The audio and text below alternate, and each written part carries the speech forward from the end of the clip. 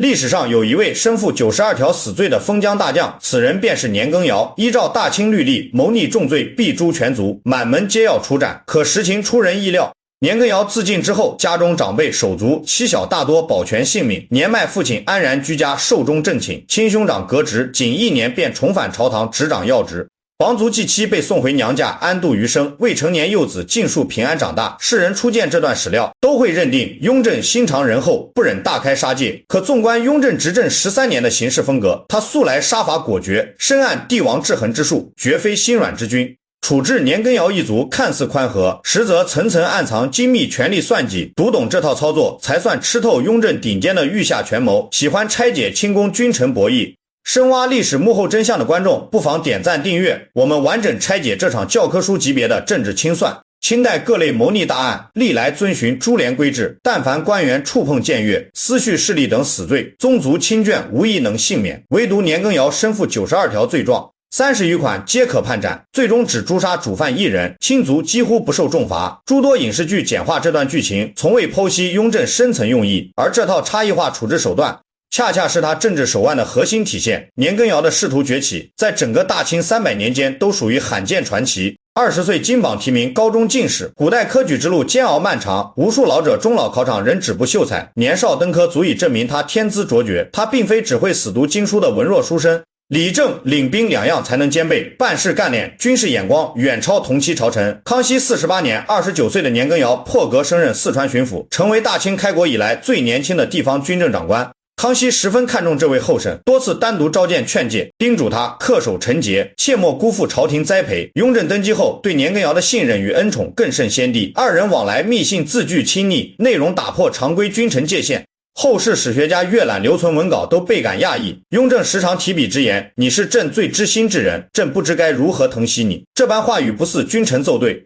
反倒如同知己交心。帝王的偏爱从不只停留在文字，雍正实打实交付大权，将整个西北边防、军政事务全权交由年羹尧处置，等同于把半壁江山的安危托付给他。就连年羹尧的家事，雍正都亲自操心照料。原配夫人病逝后，帝王主动做媒，为他选配宗室女子续弦，这份殊荣古往今来少有臣子能够享有，权力极易滋生狂妄，如同饮海水，越饮越渴。身居高位的年羹尧在无尽恩宠中彻底迷失本心。雍正元年，青海叛乱爆发，年羹尧领兵出征，凭借出色战术迅速平定边疆动乱，一战奠定自身无上威望。大胜之后，他心态急剧膨胀，将千里西北视作私人属地，诸多僭越举动尽数载入史册，每一条都足以定谋逆死罪。其一，私自穿戴亲王专属四爪龙纹，服侍办公，礼制规制界限分明，臣子善用藩王纹饰，等同于心生反意。其二，绕过吏部独立任免西北文武官员，垄断地方人事权力，架空中央管控体系。其三，强制辖区官吏定期赴司宅听训，私下笼络人心，打造只忠于自己的私人势力。外交礼仪之上，年羹尧更是目中无君。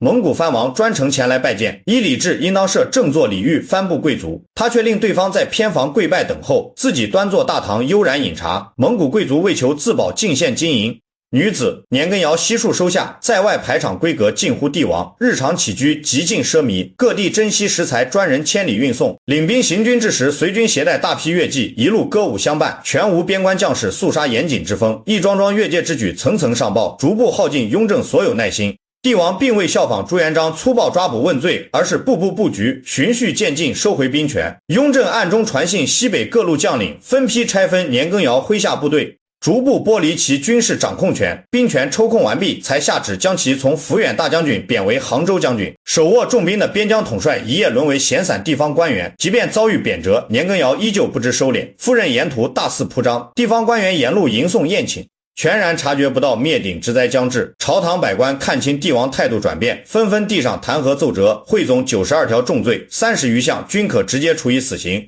直至此刻，年羹尧才幡然醒悟，可一切早已无法挽回。雍正3年12月，46岁的年羹尧奉旨自尽，一代名将就此落幕。若只看年羹尧生死，不过是功高震主的寻常君臣悲剧，真正暗藏顶级权谋的是雍正对其全族分层处置的周密算计。大清律法严苛，身负100条死罪，本该满门抄斩，雍正却划分层级区别对待，分寸拿捏分毫不差。年羹尧之父年霞龄早已辞官归隐，从未参与儿子擅权之举，帝王仅剥夺全部官爵俸禄，令其居家自省。不杀不流放。最终安享天年，亲兄长年西遥，受牵连短暂罢官，仅赋闲1年便重新启用，接连出任朝廷核心官职。罪臣兄长快速复官，在严苛清代朝堂极为少见。年羹尧共育11子，长子早在案发前病逝，全程不受牵连，全家唯一被出斩的仅有次子年父。此人常年随军辅佐父亲，深度参与各类僭越私权事务，是实打实的从犯。斩杀年父只为杀鸡儆猴，向朝野百官明确触碰皇权底线，必遭重惩。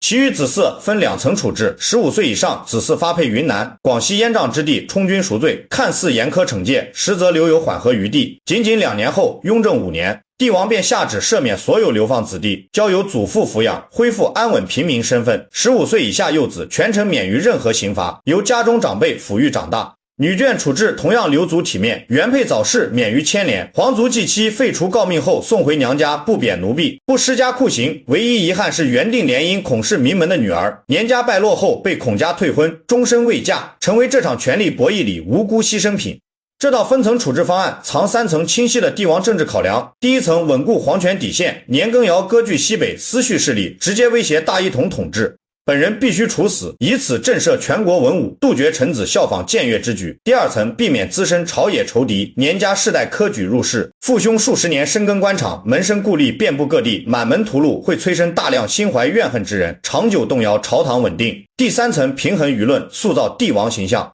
精准区分首恶与无辜，老弱妇孺免于重刑，让天下官员看清律法有度，敬畏皇权的同时不必人人自危。纵观雍正13年执政生涯，处置权陈振迪向来精准靶向打击，只清算核心威胁，绝不扩大株连范围。对比晋朝八王之乱，宗室相互屠戮殆尽，耗尽王朝根基，引来外族入侵。对比朱元璋洪武大案，动辄牵连数万人，朝堂上下人人惶恐，不敢直言担责。雍正的处置方式尽显成熟政治家的格局与分寸，他以最小的流血代价完成政治震慑，顺利收回西北军政大权，同时保全官僚体系稳定，也让后世史官无法简单将其归为残暴君主。很多人感慨雍正对待年羹尧太过绝情，早年君臣亲密无间，转眼便痛下杀手。但君臣之间从来不存在纯粹私情，一切相处模式皆由皇权利益主导。登基初期皇位不稳，朝堂流言四起，边疆战乱频发，雍正极度需要年羹尧的军事才能稳固政权，彼时所有温情书信、放权优待都是稳固统治的政治手段。等到青海平定，皇位彻底稳固，年羹尧手握重兵，肆意越界，从治国功臣转变为皇权隐患，过往所有恩宠便瞬间清零。年羹尧的悲剧根源在于认知浅薄，错把帝王阶段性利用当成私人恩义，错把战功当成永久免死金牌，韩信辅佐刘邦一统天下，却恃功自傲，惨遭诛杀。唐代名将平定大乱后，主动上交兵权，闭门闭户，